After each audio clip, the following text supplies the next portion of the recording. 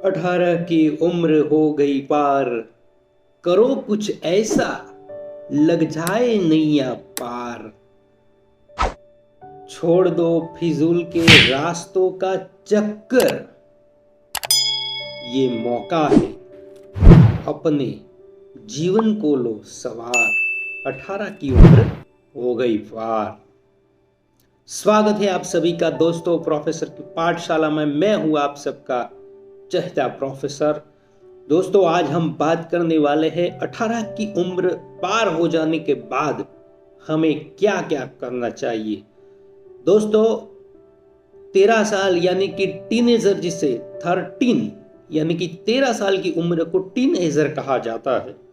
ये टीनेजर जो होते हैं वो शारीरिक रूप से उनमें परिवर्तन होते हैं, चाहे वो लड़का हो या लड़की हो, दोनों में शारीरिक परिवर्तन होते हैं। साथ साथ आप देखिए कि इसके बाद जो है वो 16 साल की उम्र होती है, तब आपके मन में अनेक प्रकार के विचार उत्पन्न होते हैं। और फिर 18 की उम्र होती है, उसके बाद आपकी बेसिक पढ़ाई खत्म हो जाती है। अब ये जो उम्र के फासले हैं, उस फासलों में आपको क्या क्या करना है। 18 से पहले तो आपने जीवन को पूरी तरह से एंजॉय किया है। अभी तक आपके सामने कोई समस्याएं नहीं थी। अभी तक आप जो थे अपनी मस्ती में, अपनी मौज में अपनी जिंदगी जी रहे थे। कोई दिक्कत नहीं थी।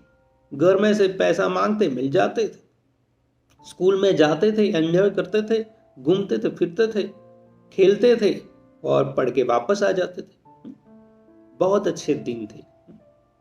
किंतु अब जब 18 की उम्र पार हो जाती है, उसके बाद सारा बखेड़ा खड़ा होता है। अब क्या करें?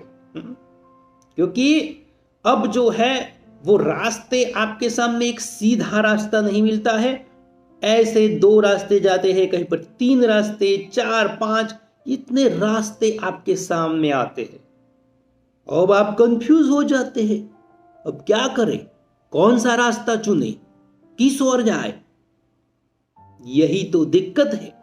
आज की वीडियो में मैं यही बात बताने वाला हूं कि आपको जब 18 की उम्र पार हो जाए तब क्या करना चाहिए, किन बातों का ध्यान रखना चाहिए। दोस्तों तो वीडियो को पूरा देखिएगा और अगर पहली बार चैनल पर आए हैं तो सब्सक्राइब जरूर कर दीजिएगा। दोस्तों जीवन से संबंधित, पढ़ाई से संबंधित, कैरियर से संबंधित यहां पर आपको जानकारियां मिलती रहेगी। तो आइए शुरू करते हैं किन किन बातों का ध्यान रखें। तो दोस्तों जब आपकी उम्र 18 साल हो जाती है, यानी कि आपकी बेसिक पढ़ाई जो है वो खत्म हो चुकी है। मान लीजिए कि आपने 12वीं कक्षा खत्म कर ली है और आपने ग्रेजुएशन करने के लिए आप कहीं कॉलेज में चले गए हैं, या तो कोई और फील्ड में गए हैं, टेक्निकल फील्ड में गए हैं, कहीं भी आप गए हैं। क्योंकि कोई ऐसा नहीं होगा जो ये कहेगा कि मुझे पढ़ना नहीं है। क्योंकि किसी भी रूप से अगर किसी को नहीं पढ़ना है फिर भी मजबूरी में भी उसे पढ़ना, तो दोस्तों मजबूरी में भी उसे पढ़ना तो पड़ेगा। अब जब आपको पढ़ना ही है तो मजबूरी में क्यों पढ़े? पूरे आनंद से पढ़े, पूरे मन से पढ़े। इस उम्र में हमें यह लगता है कि हमें यह करवाया जा रहा है। हमारे विचार जो है वो बहुत उत्तेजित होते हैं, हमारा खून बहुत गर्म होता है, गुस्सा हमें जल्दी आता है। इस उम्र में अगर आपको कोई कुछ कहेगा तो आपको अच्छा नहीं लगेगा। आपको लगेगा कि मैं सही हूं, आप सब गलत है। अपने आप को सही साबित करने के लिए वो कुछ भी कर सकते हैं। तो यह उम्र जो है उसमें आपको पढ़ाई पे फोकस करना पड़ेगा, अपनी लाइन को चूज करना पड़ेगा। क्योंकि आपकी अभी तक क्या था कि आपकी बेसिक पढ़ाई थी वो पूरी हो चुकी है।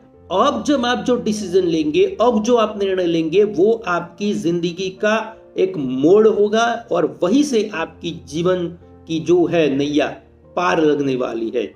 तो ये पढ़ाई पे फोकस करना बहुत जरूरी है, क्योंकि इसके अलावा और कोई रास्ता आपके पास नहीं है। अगर आप ये समझते हैं कि हमारे पास इतनी प्रॉपर्टी है, हमारे पास इतनी धन दौलत है, तो दोस्तों ये सारी चीजें न तो किसी की टिकी है न टिकने वाली है। आप अपने बल पे क्या करेंगे वो आपको सोचना है।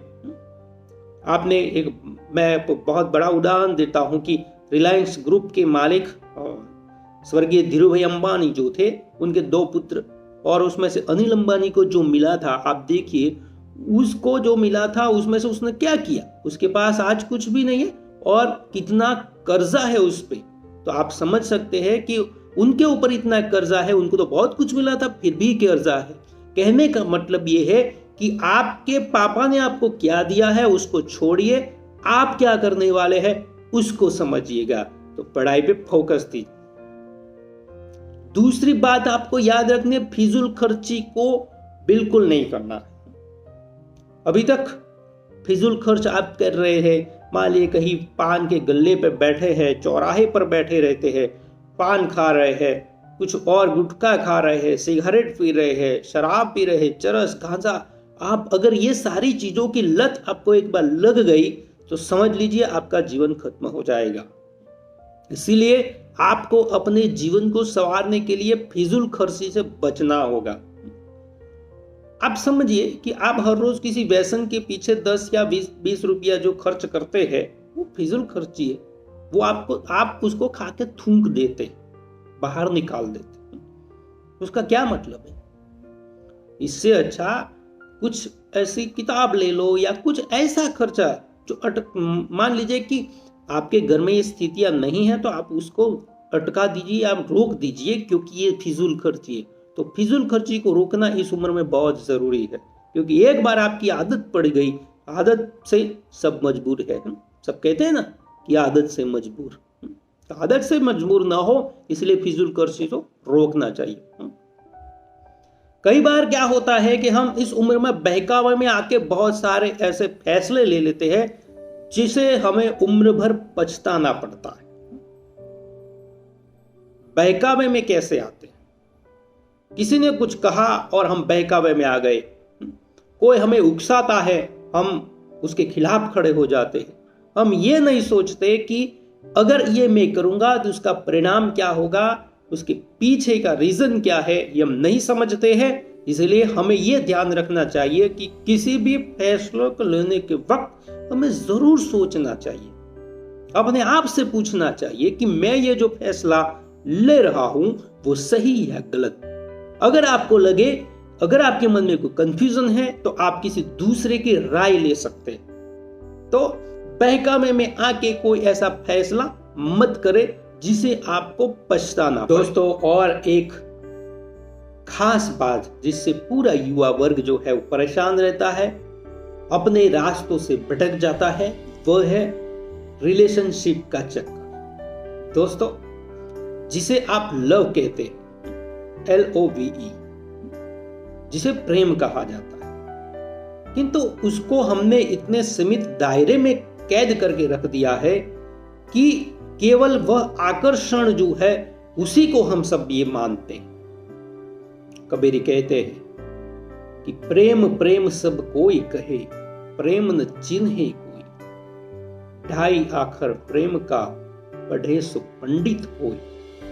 इन्होंने तो यह कहा है कि प्रेम को जानने वाला पंडित हो जाता है, किंतु यहां पर आप इस उम्र में इस चक्कर में जाते हैं, इस बहकावे में आते हैं, जिसके कारण आप अपने रास्तों से भटक जाते हैं। बड़े बड़े एजुकेशन संस्थाओं में या कहीं भी आपकी ये उम्र जो है वो उस और आपको अवश्य ले जाएगी। आपको किसी न किसी के प्रति आकर्षण जरूर होगा। तो ये आकर्षण जो है वो आकर्षण आपको कई बार रास्तों से भटका देता है। तो अब आपको लगता होगी कि क्या करें फिर, क्योंकि ये समय ऐसा है जिस पर आप पर मन पर आपका कंट्रोल नहीं होगा, आपके मन पर आपका काबू नहीं होगा, मस्तिष्क पर आपका काबू नहीं होगा।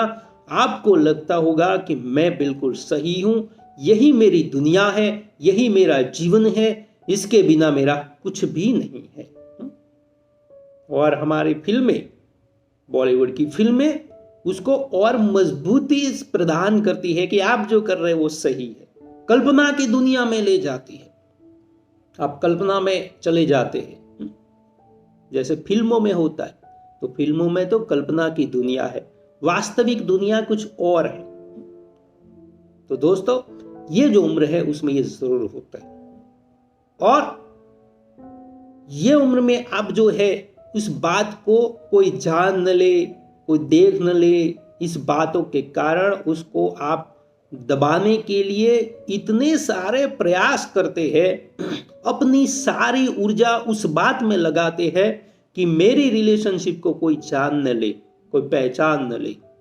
पूरी ऊर्जा उसमें लगाते हैं, रात दिन आप ये सोचते हैं, रात दिन ऐसे रास्ते निकालते हैं। अब देखिए कि ये उम्र जो है उसमें भरपूर ऊर्जा होती है, कुछ नया करने की ऊर्जा होती है, क्रिएटिविटी होती है, किंतु उस ऊर्जा को आप उस रास्ते में दबाने के लिए लगाए जाते हैं, जिसके कारण आपकी ऊर्जा दूसरी ओर चली जाती है।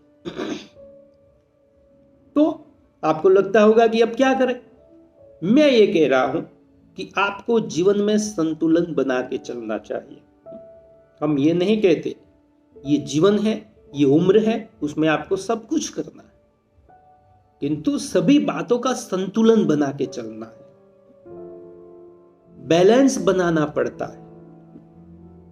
अगर आप पढ़ाई करेंगे, अगर आप अच्छी नौकरी पा लेंगे, अच्छे स्टेज पे पहुंच जाएंगे, कुछ अच्छा बन जाएंगे, तो सारी चीजें आपके पास अपने आप आएगी। अब जिस चीजों के पीछे आप पहले भागते फिरते थे, वो चीजें अब आपके पीछे भागेगी।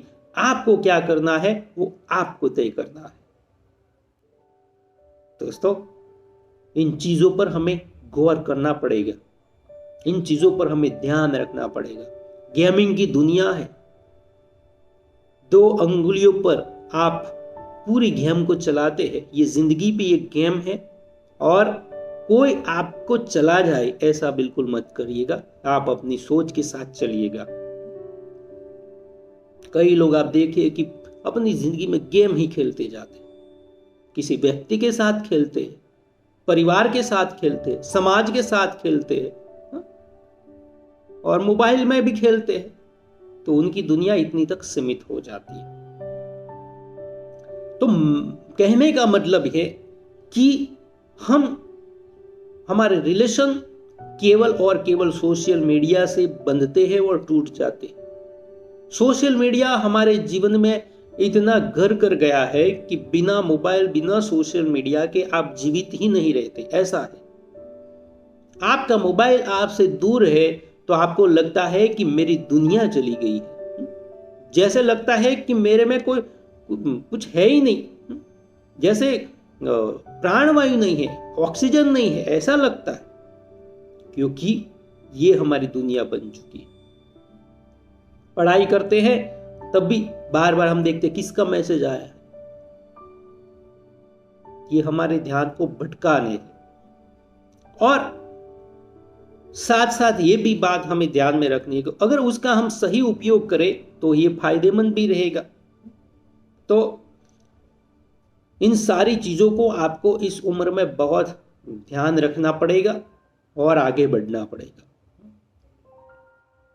फिर से मैं कह रहा हूं कि रास्ते जब नए बनाओगे, कुछ तो कांटे जरूर पाओगे, और उन कांटों पे चल के, उन कांटों को कुचल कर आप आगे बढ़ेंगे तो आपके सामने फूलों से लदे रास्ते मिलेंगे, किंतु कांटों पे पहले चलना पड़ेगा, उसके बाद फूलों के रास्ते आपको मिलेंगे। आप अगर कॉलेज में हैं, कॉलेज लाइफ को एंजॉय कीजिए। ऐसा नहीं है कि आपको केवल यही करना है, पढ़ना ही है, किंतु आप सभी बातों में पारंगत बने, ये भी जरूरी है, किंतु सबका बैलेंस होना चाहिए। ऐसा नहीं हो कि उस रास्ते पर आप इतने आगे बढ़ जाओ कि उस रास्ते पर आना मुश्किल हो जाए, इस रास्ते पे आके जाके आप ऐसे बहकावे में कोई डिसीजन ले लो जिसके कारण आपको, आपके परिवार को या समाज को नीचा देखना पड़े। दोस्तों, आपको उस रास्ते पे जाना है, फिर भी आपको बैलेंस बना के चलना है। सभी की अपेक्षाएं होती है, आपसे अपने घर वालों की अपेक्षाएं होगी, उसको पूरी करनी है।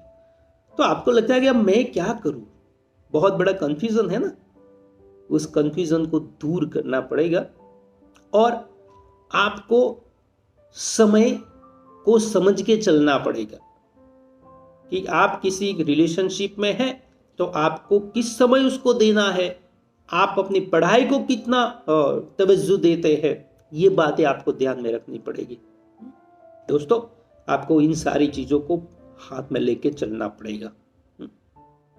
और फिर से मैं कह रहा हूं कि ये सारी चीजें, और अगर आप ये समझिए कि केवल आकर्षण के कारण आप ये सब कुछ नहीं कर पाते हैं, तो आप मुझे पर्सनली फोन करके भी पूछ सकते हैं अपने सवालों को, अपने कंफ्यूजन को। उसका उलझन का रास्ता हमारे पास मौजूद है, आप मुझे कॉल कर सकते हैं। नंबर आपको मैं डिस्क्रिप्शन में दे रहा हूं।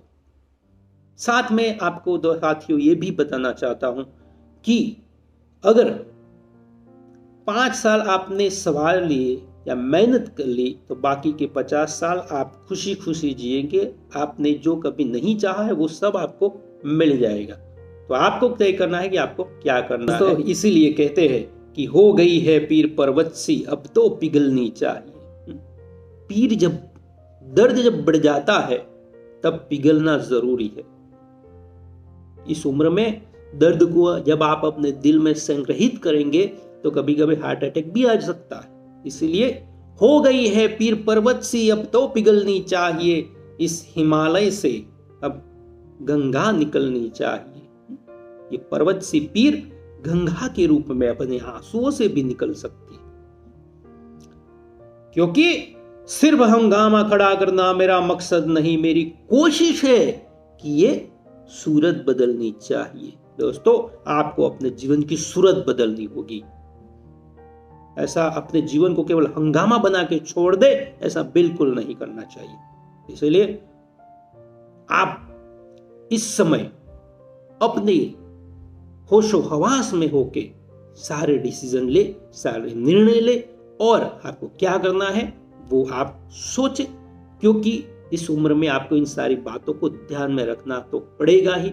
और ये खास करके मैंने फिर से भी और आज में भी बताओ कि ये जो चक्कर है सब, उसमें से आपको निकलना पड़ेगा, क्योंकि जहां पर आप खड़े हैं चक्र तो घूमता रहेगा। आप वही के वही खड़े न रह जाए, या आपको सोचना होगा। बहुत बहुत धन्यवाद। मिलते हैं नेक्स्ट वीडियो में। बहुत बहुत धन्यवाद।